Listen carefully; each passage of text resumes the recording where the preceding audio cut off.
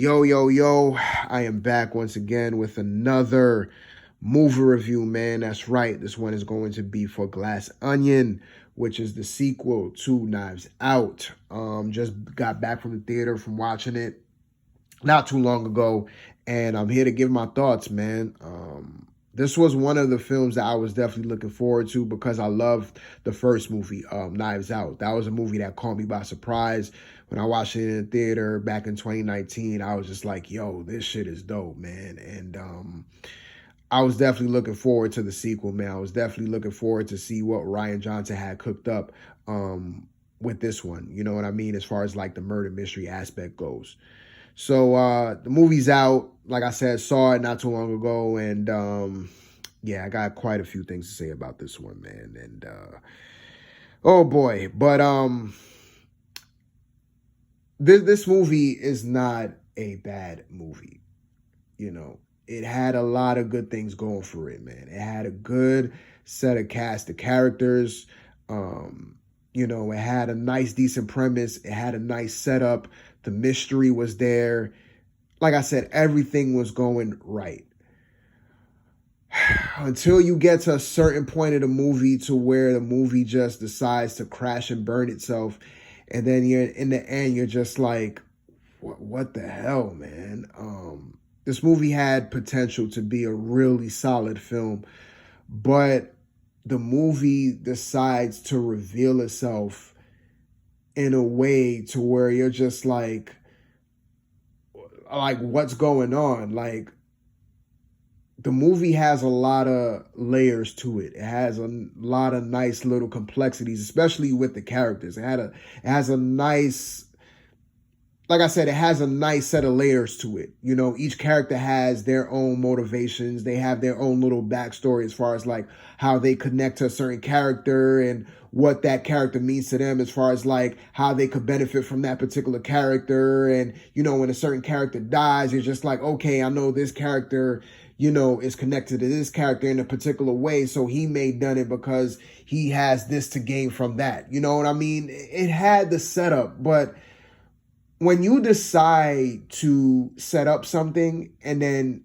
spoil it for the audience, you're just like, okay, well, what's the point then? You're just explaining the movie to me. And that's exactly what happens, especially towards the end, because, you know, when certain things get revealed, you're just like, okay, that's cool. You know, the mystery is still there, but then it keeps revealing itself. It keeps pulling back its own layers.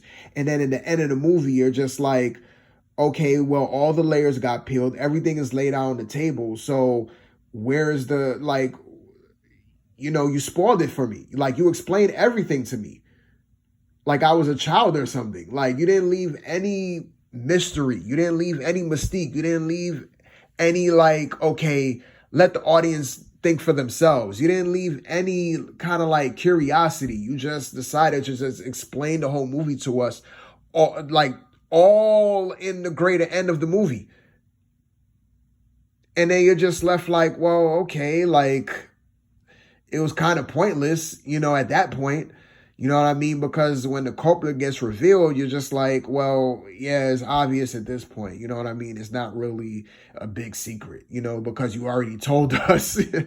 So I don't know, man. This film, like I said before, it had potential to be a really solid film. But when it decided to just like peel back its own layers and spoil the movie for you, you're just like, okay, man, you're just going to spoon feed me all the little intricacies of the film that you set up, all the little plot points that you set up. You're just going to spoon feed me all the answers. And it's just like, okay, then what's the point of this whole thing then? You know what I mean? If you're just going to explain it.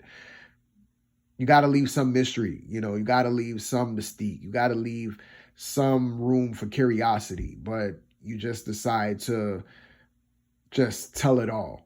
And that's the part that hurts the most with this film. Because like I said, everything else, it was pretty solid, man. The characters were solid. The story was solid, you know.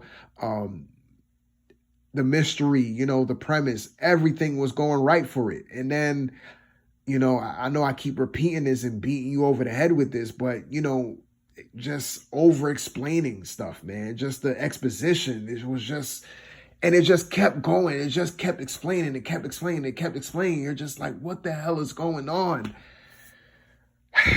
Man. You know, Rian Johnson, he has a thing of turning stuff upside down. Like, he has a way of taking certain genres and just doing his own thing to it.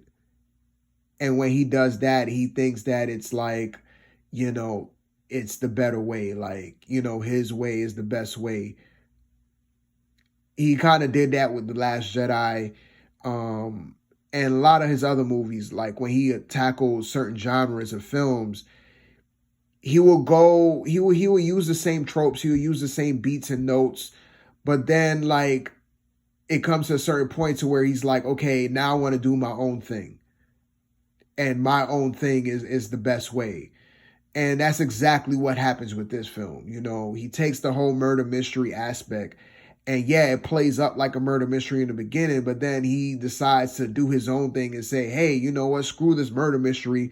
I'm just going to do it in my own way. I'm going to tell you everything that I set up. I'm going to show you all the little missing details that I, you know, didn't show you in the beginning. I'm going to reveal it, you know, at this point, and then I'm just going to explain everything. And then you're just left like, okay, then what's the whole point of this whole murder mystery? What's the whole point in trying to figure out who the culprit is when you're just going to tell it all at the end anyway and just explain everything in the way you did? You know what I mean? Now, the first one did do that. The first one, it did have this whole murder mystery aspect in the beginning of the film, but then it takes a turn.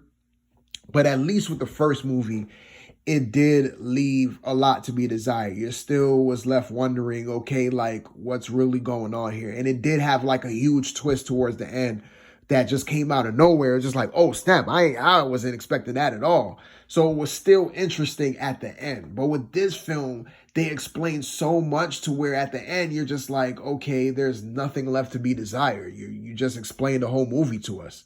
You told us every single thing. You know, you revealed the whole entire thing. And then what's left is just, okay, like, that happened. It was kind of pointless, you know what I mean? At that point, it's just like, man, it was just wasted potential, man, wasted potential. Now, I guess you could say his intentions was quite different. I guess you could say that, like, the movie wasn't really focused on, you know, trying to solve this murder mystery. It was basically a movie about peeling back layers and, you know, complexities and having these set of characters and, you know, showing the complexities of each character, you know what I mean? And because the movie's called Glass Onion, and, you know, that sort of theme, like I said, to where you have certain layers, is layers within layers. But the layers are not interesting when you tell us, when you just like babysit us and you just explain everything that happened, like all the little intricacies, all the little plot points that kind of connect together, all the little mysteries that you're left wondering, like, oh, wow, like, okay, like, I know this character is this, and, you know, I want to see what his motivations are. He may have done it because of this. You like left all the mystique out the window. So like I said, it could have been an interesting thing to where you could have like took that whole like layer premise, but still had the mystique with it. You still could have had some mystery with it. You still could have left some curiosity in the room, but you decide to just suck all that out and just explain everything to us. And in the end, you're just left disappointed. At least to me, I was left disappointed. So in the end, man, I would say that this movie had the potential to be something really good. It had the potential to be a solid film. But when you decide to expose yourself way too much, you're just left with just pointlessness.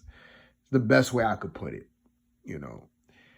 I will say that Daniel Craig, I love his character, man. He did a dope job in this movie, man. I really love his character a lot because, like, it's the way how he comes off. Because of his accent, you could easily pass him up for like this ignorant, not ignorant, but like this sort of like, I don't know, slowish type of person. I don't know, man. I guess it's because of his accent. He comes off like, you know, he's kind of a friendly guy, you know what I mean? He's kind of like, you know, quirky in his own ways, but you don't expect a character like that to know so much and to be ahead of the game, you know, so well like how he is, especially with these murder mysteries. So you could kind of pass him off. He comes off kind of like as like an innocent character, but really he's like really paying attention to a lot of detail. And it's like nothing get past him. But the way how he comes off, the way how he portrays himself is kind of like you could easily ignore him. And I think that's what I love about his character the most. So he is one of the strongest characters in this movie. All the other cast of characters, they did a great job, man. Janelle Monáe, actually the chick that played Agatha Harkness in WandaVision, she's actually in this movie and she done a great job. The cast was great, man. The acting was great. Like I said, the premise was a nice premise. It was setting itself up nicely. But then, like I said before, when they decide to just over-explain stuff, it was just like, man, like, you had it, and you just fumbled the bag. So in the end, man, you're just left with a pointless movie, man. So that's pretty much my thoughts on Glass Onion. Sad to say it was a disappointing film for me. But, you know, I saw it and it is what it is, man. I'm just hoping for some film to come across, man. Some film that I could see in theaters where I could walk out and say, yes, that was a great movie, man. Like, I loved it. I enjoyed it. I'm waiting for that, man, because this year has just been nothing but duds for me as far as, like, movie theater going experiences go, and all the movies that I've watched. There's only been a couple that I could say that was decent. You know, the one movie that does stand out to me as far as like the movies that I've seen in theaters that I found that was dope was Smile. And ironically, that's the one movie that I haven't reviewed this year on this channel. Sorry about that. It was the one movie that I haven't reviewed on my channel, you know. Everything else has just been, I guess you could say, okay at best. But it still disappointed me in some way. So, yeah, another disappointment in the theaters, man. But it is what it is, man. So, I'm going to wrap this review up. And till my next one, man, I'm out.